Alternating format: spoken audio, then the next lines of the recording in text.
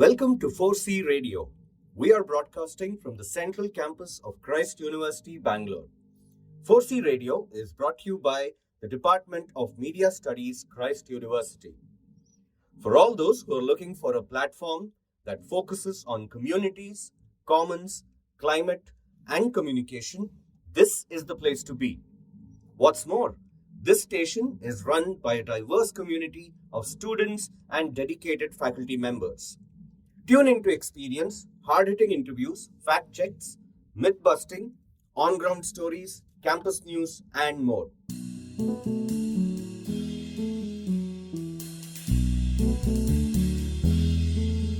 Today, we are looking at an important issue that affects us all.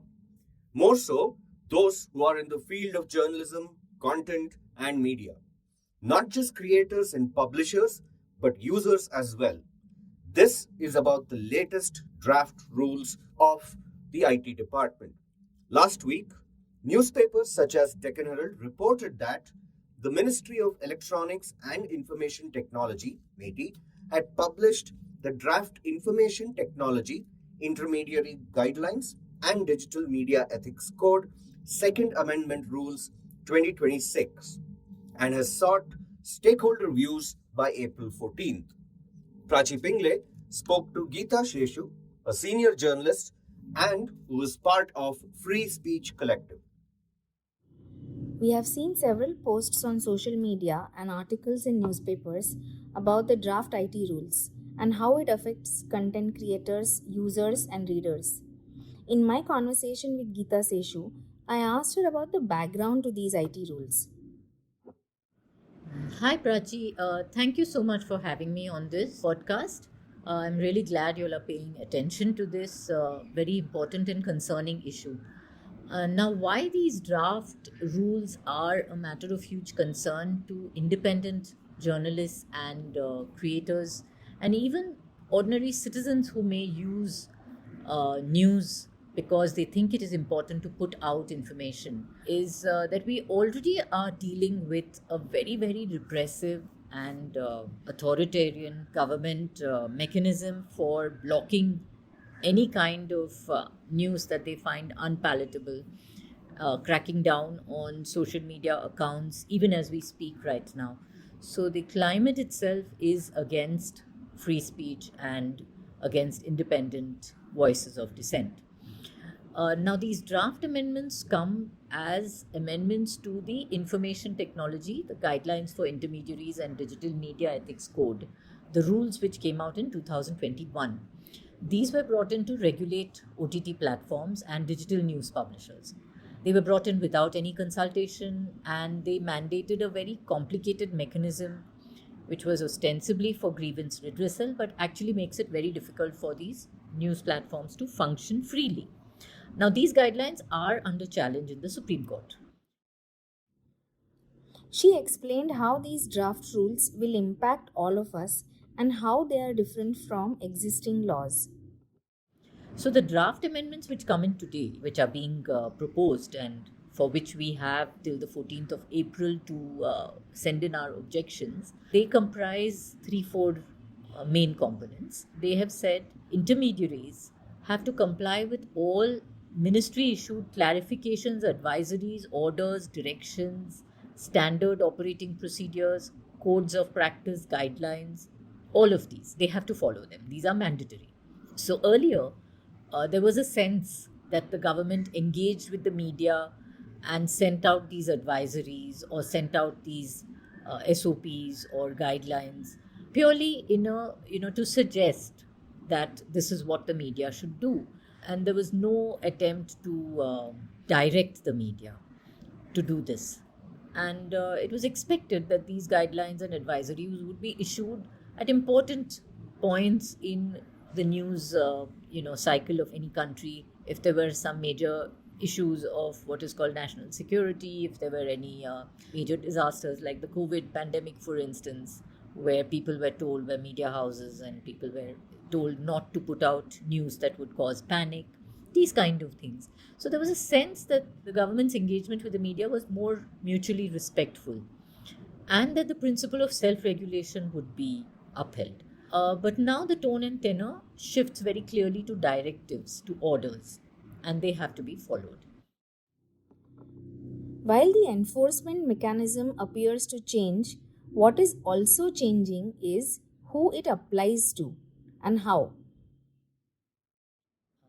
The second part of this draft amendment is what concerns all users of the internet, which says that now the rules under the information technology guidelines would apply to all content hosted by users who are not publishers.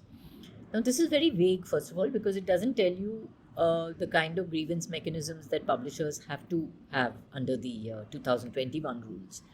But it says that all users who put out news are liable to have their news blocked, summarily blocked. So, this is quite a dangerous amendment if it comes in, because it will effectively clamp down on whatever kind of news that people put out on a regular basis.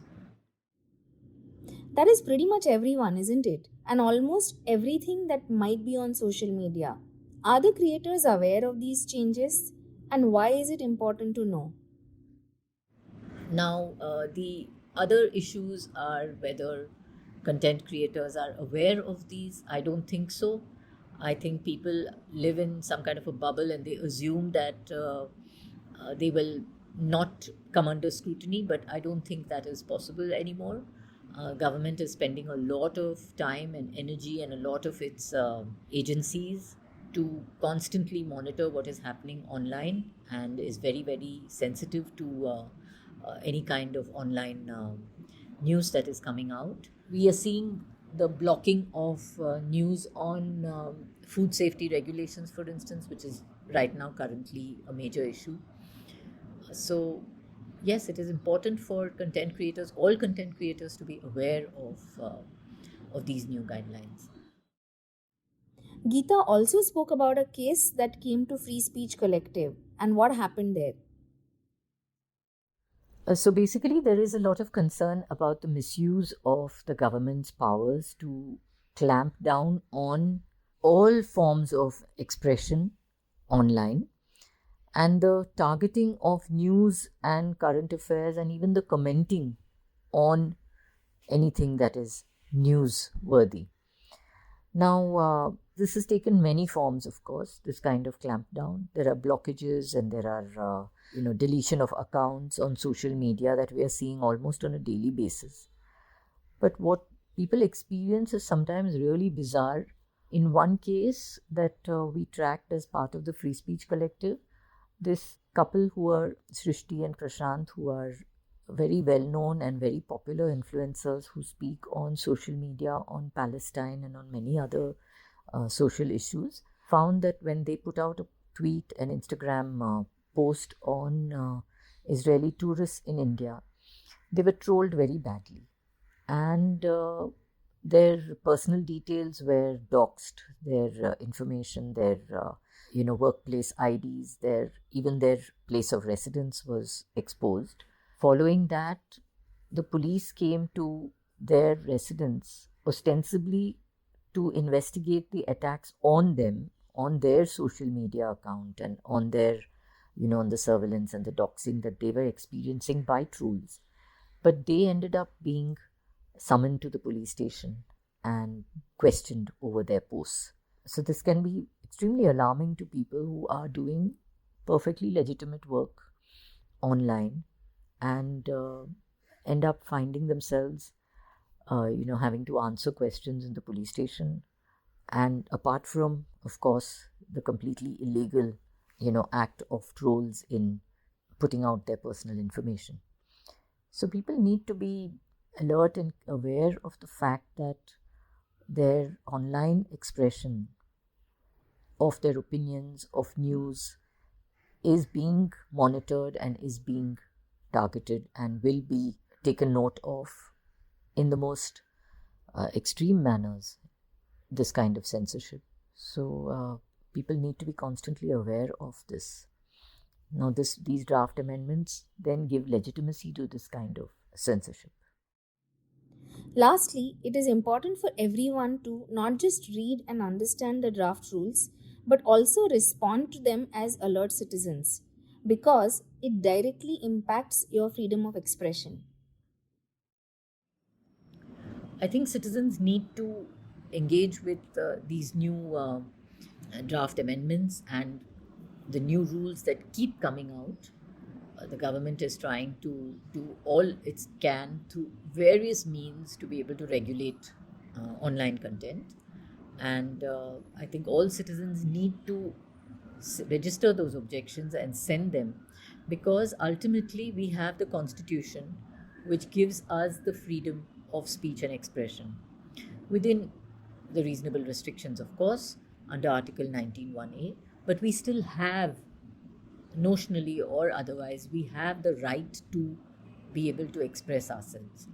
And if we allow that right to be whittled away and slowly chipped away, then we will not have the ability to use the internet, which is one of the most democratizing medium and allows for people to be able to put out content, to inform others, and to bear witness, to also hold those in power accountable.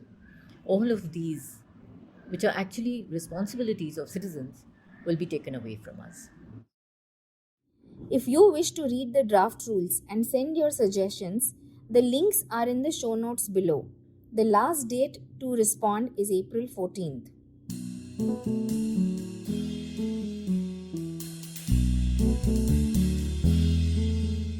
Thank you for listening to this podcast. As always, stay curious and tune in for more. This episode was hosted by Kailask Koushik, interview by Prachi Pinglay.